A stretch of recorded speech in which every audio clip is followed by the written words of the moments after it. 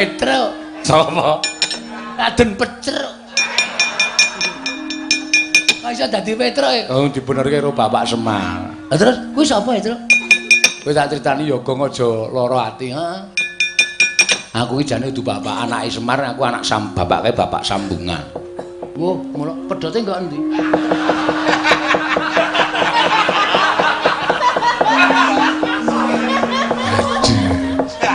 Maksudnya Bapak Sambungan ki aku ki mbiyen dopeni karo bapak. Tegese bapak angkat ki nek carane Jawa Bapak Sambungan. Mengkono. Heeh.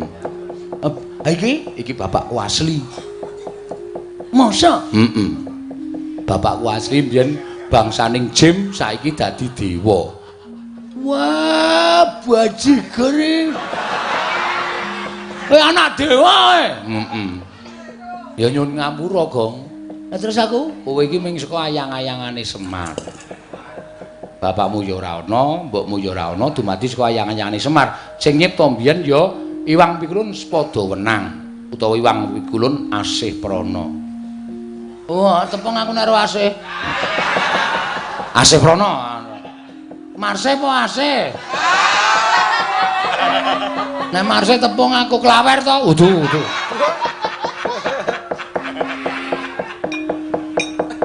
Bagong kowe aja lara ati apan aku bapakne Petruk. Aku Begawan Salantara.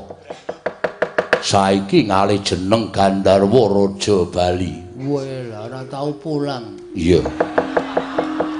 Gandharwa Raja Bali iki jeneng kok ora tau pulang. Matur suwun Pak sampean pun ngerti kali penangise ati kula. Petruk, Nun, kaya aja wedi, kaya aja kowe leren nggonmu njaluk sekar. Belemper tangga jiwa jambu dipa nirwala. Lan aja rumangsa kijenan ning kayangan. Ingkang sejatine gegayuhane bapakmu mau becik ya mung Iwang Pikulun Jatimurti sing kesasapan tumindak sing ora prayoga. Yen ana dewa sing arep gendhak sikara karo kowe tak singkirke aja melu-melu.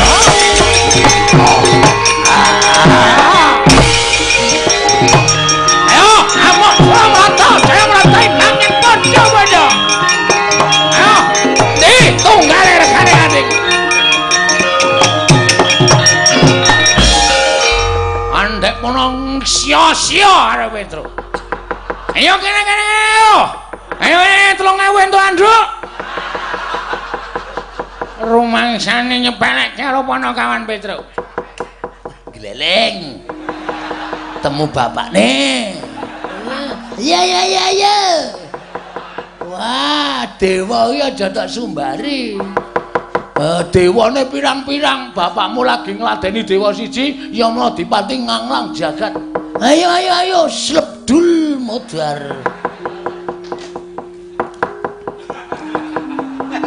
Nek ra prayitna, Bagong iki nek ngomong sok nyemelangi ora. Aku ki mek ngomongi kok ora. Ora medeni ya ora, mek ngomongi. Heeh. Mek ngomongi. Wong urip nang donya iki diwajibke omong kosong. Omong kosong ora. Ayo ndelok bapakmu lek gret kae terus. Ya, wah, ayo kaya ngono kok. Ah, dewa bubar mawut ra karo-karoan galuh. Wah, seneng. Ayo,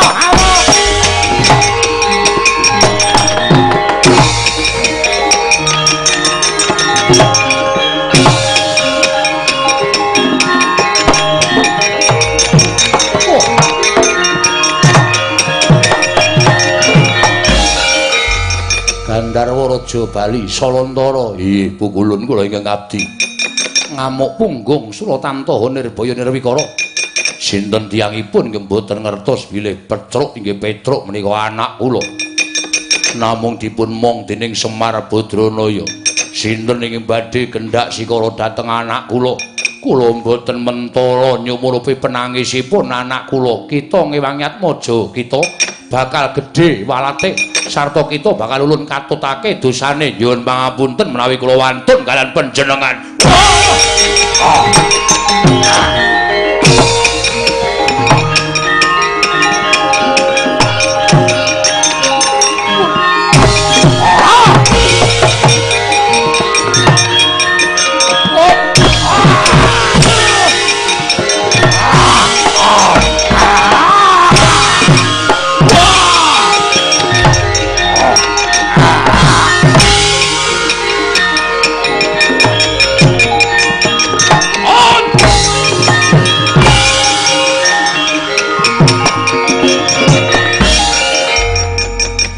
Salantara. Pukulun Yamadipati ya. Kowe ngorak-arik para dewa. Ora minggat jebol nyawamu. Mangsa bisa ngrawat tinjung akhirat nyawamu. Monggo Ratri Mejaya dateng pun Bandarwara Jabali.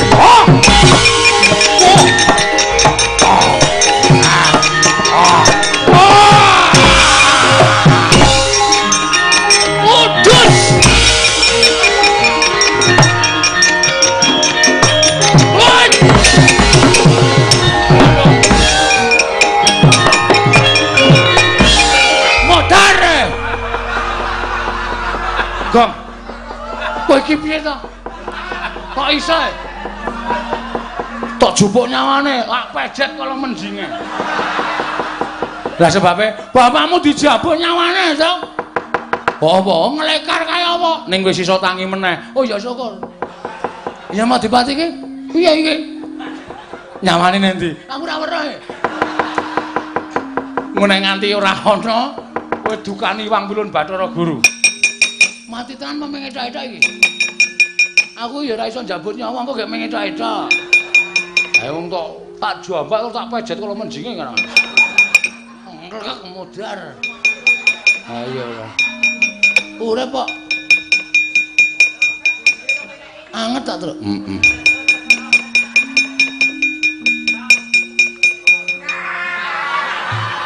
Aduh. Oh, urip. Bagong ngetan. Tangan enek-enekke. Genah mules mbok yakin. Aja kok diplintir. Ku iki kena sithik wae wetenge larane ra jamak-jamak. Wah, lancar. Waduh. Bagong wong edan. Wah, latar. Kena setute larane raja. Kok diplintir lho. Padake gawe ntrontro. Woi, adalah wakayanganmu Rahmat.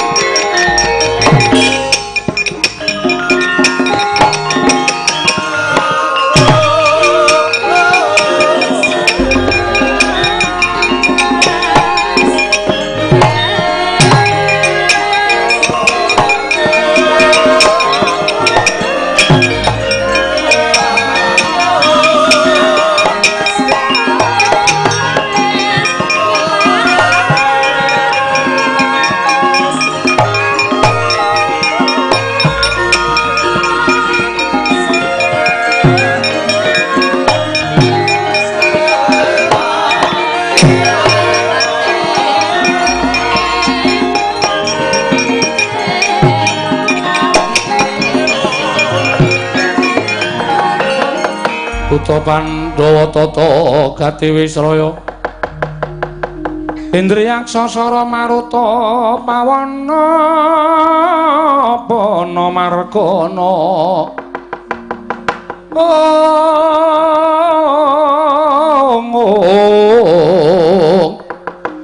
Samirana lan Warayang Wisikan Magulingan lima kencang warudayang mak pong bu bolong kali cedhe sapa sing gawe Gandara Raja Bali wonten dawuh Pukulun. Lah kok dadi kowe mbelani karo Petruk? Akeh sangganing para Jawata Widodara Widodari padha nungsang kuyang numbuk bentus padha golek papan pendelikan awit wedi kelawan pengamu ing Salantara. Iya. Manah kula namung boten mentala kula mireng dhateng penangisipun anak kula pun Petruk. Anggenipun dipun sikara dening para dewa wekasan kula kedah mandhap lan belani dhateng anak kula. Ya, bener.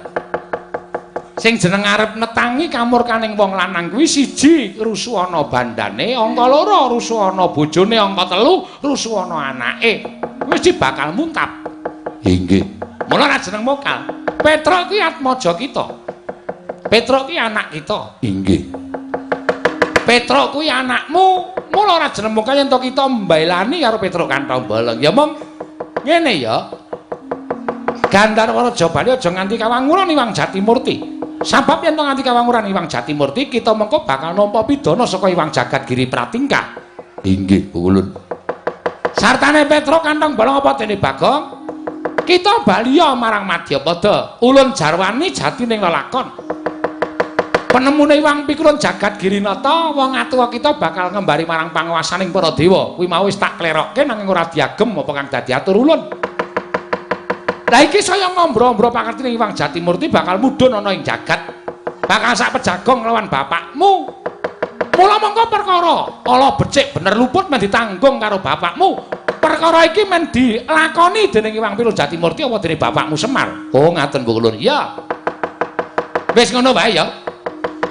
Salantara kita bali marang kewajiban kita. Petruk ben bali marang Marcapada, bali marang Karangkadempel. Oh iya, ngestaken jauh.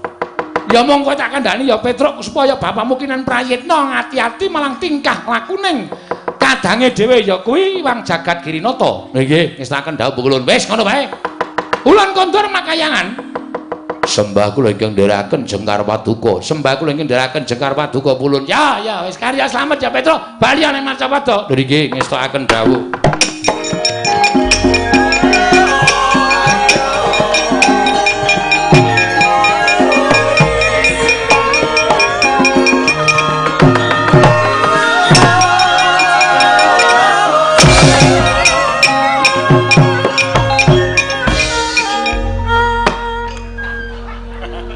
Kita ki nek ora gawe geger ngawal ta?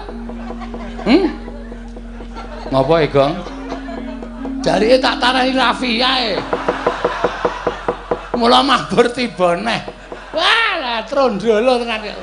Dewa kok digawe wirang. Ulun ki pujangkaning dewa lho, kok setute ditaleni Raffi ya. Mula mabur kok bali medhun meneh. Ah, upama udu jeneng kita. Dadi apa kita? Dadi wong. Kurang ajar ta iki. Gong wis, Gong. Mengko gara-gara meneh. Kowe pedhot dalan ki terus angel lho ngangkat, Truk. Ayo pokoke wis iki. Wis, ngono wae. Aku taleni ajar kowe. Ngono ya, njaluk ngapura iki mergo pakat. Ayo tangane arep ngapa kowe. Wis to Gong ndara rampung-rampung. Wis ngene ora madhep rene ora rampung-rampung perkara.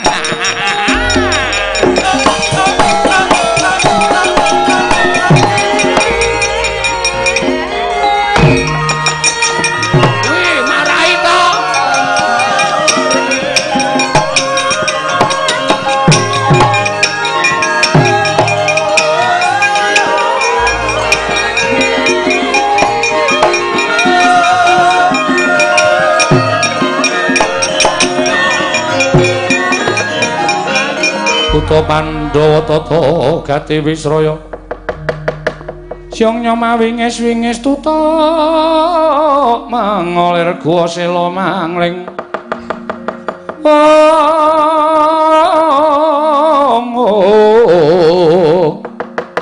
tutu mengolir gua sela mangling Petruk dalem Pak Bagong dalem Pak wis bapakku malah ngaku kok ya ora apa-apa Petruk wis kowe bali kandha karo Semar apa sing dingendikake dening Iwang Pikulun Naroda aku tak bali marang kewajibanku mundak didukani Iwang Pikulun Jatimurti jeng napa malih nggih Pak ketemu kalih kula niku kangen kalih bapak sok yen ana sing njaluk lakon Semar bangun kayangan Petruk wah kok malah diomongke lho liya dina mesti ketemu mbuh pirang abad pirang atus taun meneh mengko aku iso ketemu karo kowe Petruk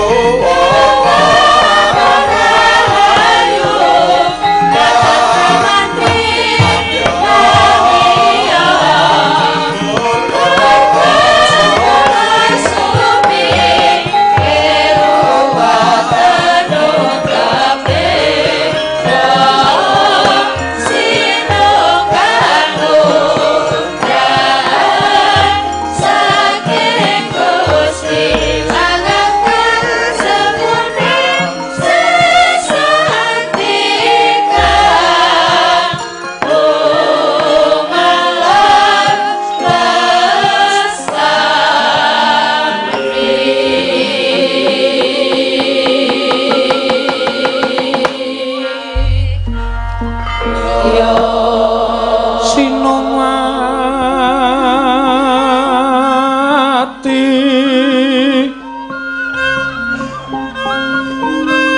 Sinongwati jagat hinari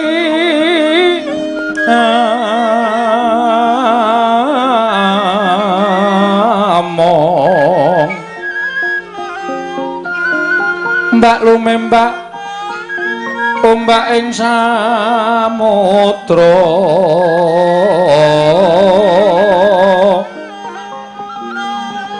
ae ana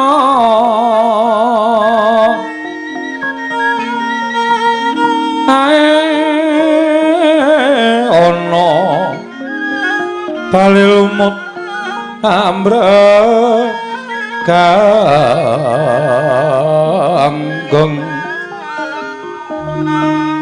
bawita denceng dencengan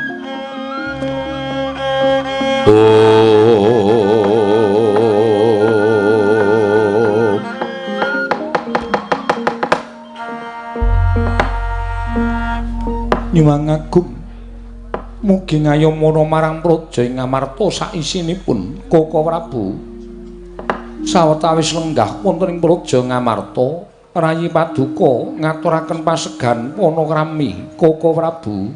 Yayi. Sampun kula tampi karya bombong raos sing manahipun ing Ngaraka Indrawati. Atur pudyastawanipun ing Ngaraka Kewala kula aturi nampi kula pundi nggo jimat dayanana ing kasantosan Koko Prabu. Kresna kakangku. Aku ngaturake basaku katura. Werkudara tak tampa.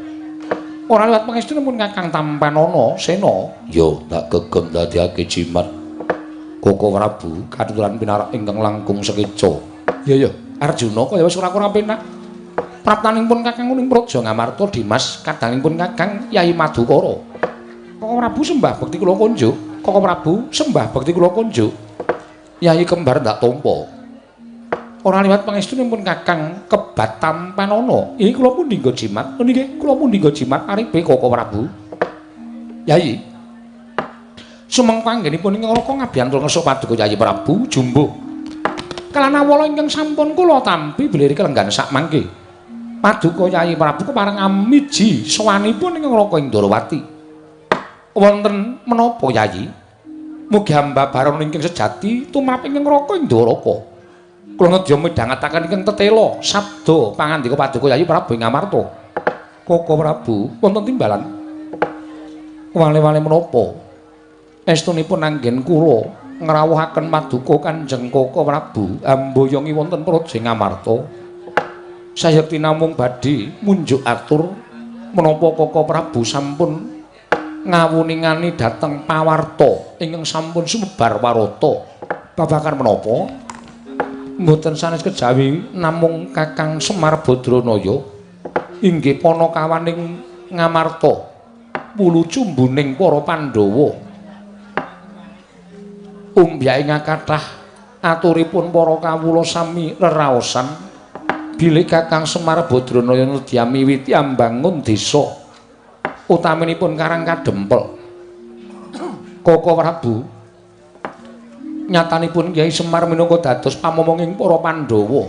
Bebasanipun Pandhawa sak mangke saged mukti ngawibawa Nyakrawati mbau dendha wonten ing praja Ngamarta menika ugi krana panggula wentahing Kyai Semar Badranaya.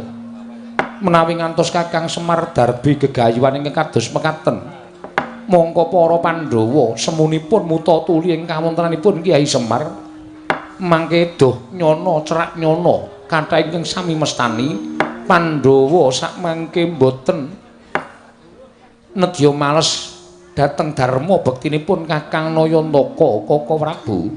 Yayi pangandika paduka mekaten menika kala wau apan kepara nyata lan saestu linadan Semar menika namung derajate ngaceplik. Semar menika namung panakawan nanging ageng lelabetanipun tumrap para Pandhawa. Mila menawi wonten krenteking penggalih paduka Yayi Prabu nedya amba bantu dhateng Kyai Semar Badranaya, kula sanget sarujuk miwah rumajeng dhateng kersa paduka Yayi Prabu Darmakusuma. Kresna kakangku. Werkudara piye? Ngendikaning barep mau pancen wis arembug karo adimu Jodipati. Lan aku wis maturake akeh lawan barep kakangku. Ya senadyan dina samengko Pandhawa wis mukti ngawibawa minangka dadi satriyaning praja Ngamarta. Nanging aku matur lawan barep kakangku tak jaluk aja nganti lali marang labuhaning Semar. Aja nganti lali marang apa sing wis ditindakake dening Depol ya Semar Badranaya. Bebasan ibarate sikil dienggo sirah, sirah dienggo sikil, kabeh dilakoni kanggo kamulyaning Pandhawa. Monggo Semar ora nate darbi milik apa-apa. Semar ora daluk leliru apa wae tumrap barep kakangku. Mula wis jamak lumrah yen to Semar duwe gawe, Pandhawa ora bakal keri. Pandhawa nedya sabiyantu lawan Semar. Mula rawe Kresna kakangku negara Ngamarta. Sejatine wong bakal dikanthi dening barep kakangku. Tedhak marang Karang Kadempel, nanjihke marang kahanane Semar. Yen pancen Semar butuhake Prabeya, yen perlu aja metu saka Semar. Nanging Werkudara Janaka kembar sago nambak kekurangane Semar. Bari bakal bangun desa mau. Kresna kakangku. Kresna sinayang manglung mintonaken Dewi Kramanira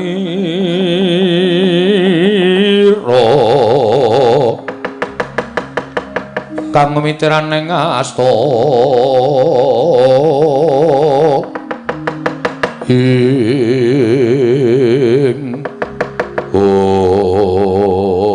Yayi, menapa aturipun Werkudara menika kala wau jumbuh kan penggalih paduka apan boten klentu Kaka Prabu.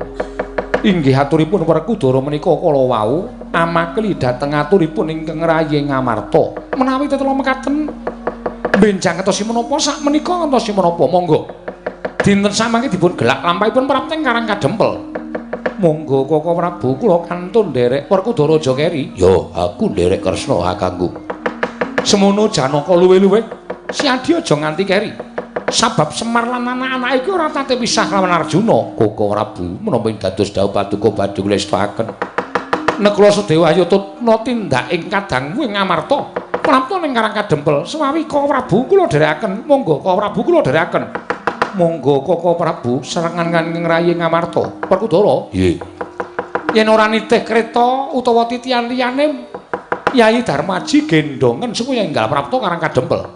Kresna kakangku pun kakang kak liwat Dirgantara sinambine tipriksa marang kanen negara Ngamarta. Yo ayo barep kakangku. Werkudara adhiku cah bagus ayo Yayi prapteng Karang Kadempel Dimas.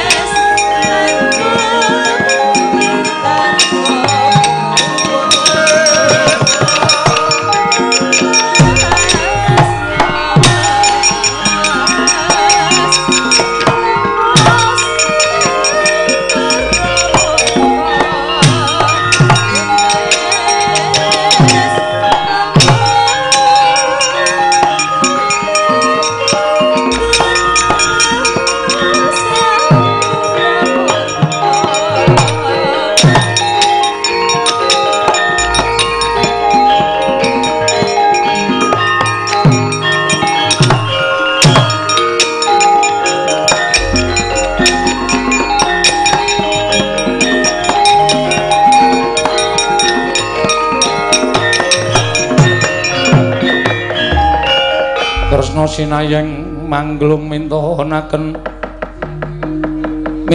dewi ramanira kanggo mitir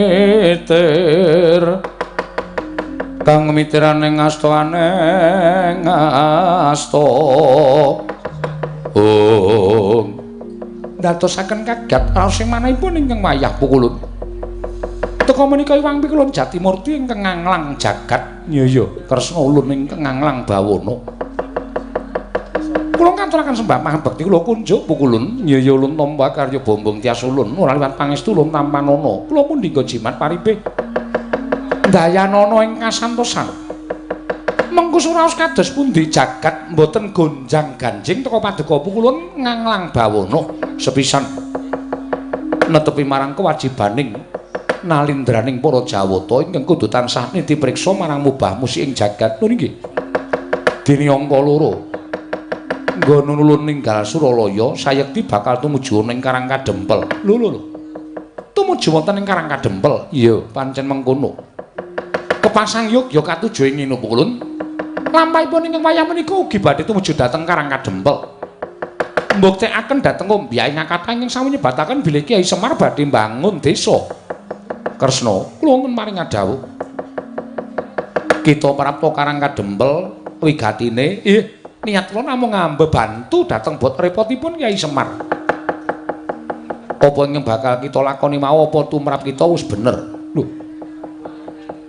liripun ngados pundi pukulun paring dawuh mekaten Kresna Pandhawa kuwi tanpa nata Ndarawati ora bakal bisa mukti kaya wektu dina iki semono uga Pandhawa tanpa Semar uga ora bakal kaya ngene kahananing para Pandhawa mula sejatine Pandhawa kuwi darbi kekuatan loro siji nata Ndarawati loro Semar Badranaya mula Pandhawa tansah kalising ngrubeda kalising sambikala lan ora kena dikrenah dening sapa wae jalaran Pandhawa tansah sumandhing kelawan Sang Hyang Suman lan Kakang Bathara Ismaya nanging wektu dina iki saka pitunganing panjenengan ulun lha kok saya malang kadhak tingkah polaing Kakang Ismaya ngasorake marang Sang Hyang Bathara Wisnu ketitik bola bali Kyai Semar ya Kakang Ismaya duwe niat sarta duwe gegayuhan ingkang semune saka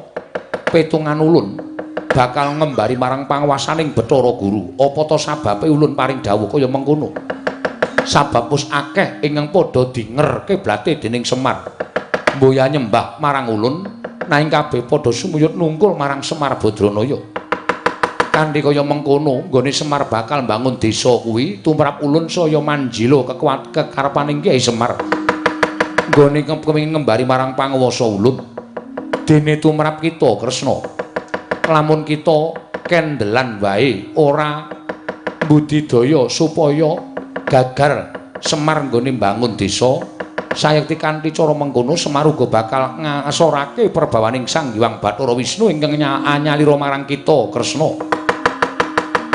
lamun saya suwe saya sewe saya menjila kekuataning Ismaya tan wurunga Pandhawa saya sumuyut marang Ismaya ing kono Wisnu bakal ditinggal dening para Pandhawa yen Wisnu ditinggal dening para Pandhawa banjur apa kewajibaning Wisnu tanana liya kejaba mung maranata jagat mongko kita maranata jagat andum katetreman ingkang minangka dadi cucuking jemparing sarta lakune ya para Pandhawa yen Kresna kelangan para Pandhawa bebasan sarah mungguing lautan wastra lungset ing sampiran ora ana gunane apa-apa nata Ndarawati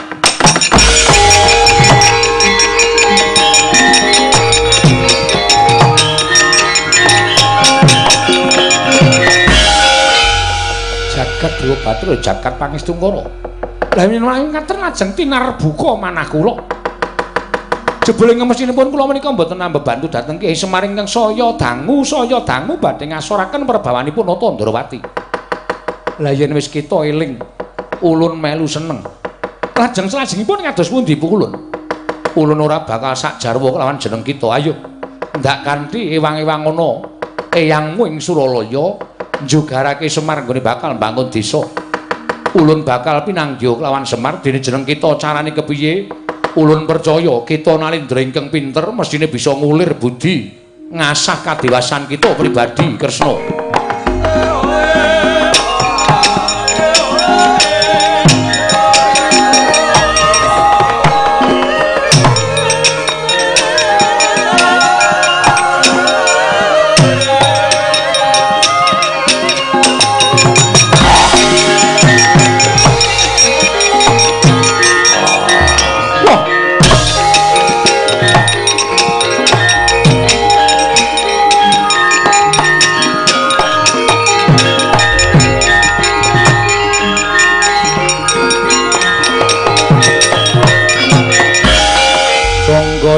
Jonggo ringe tutuk mengolir kuasela manglen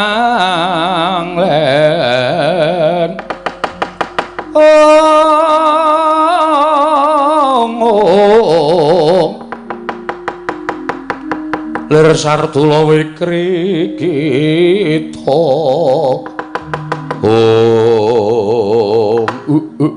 latala kaya dijajal karo Wang Pikulun Bathara Guru. Caramu piye Kresna mbok menawa kowe bisa ngulir budi ngasah kadewasan? Ulun ora bakal nuntun kalawan karep kita ya. Hak betung-betung bener apa ngendikaning Wang Pikulun Bathara Guru lha kok dadi tekan semono niate Semar Badranaya. Nggone tansah kepengin golek rai ana ngareping para Pandhawa. Oh ladal. Aku ingkang bakal gawe rusak ana ing Karang Kadempul aja kelakon kasempatan penjang kamu Semar.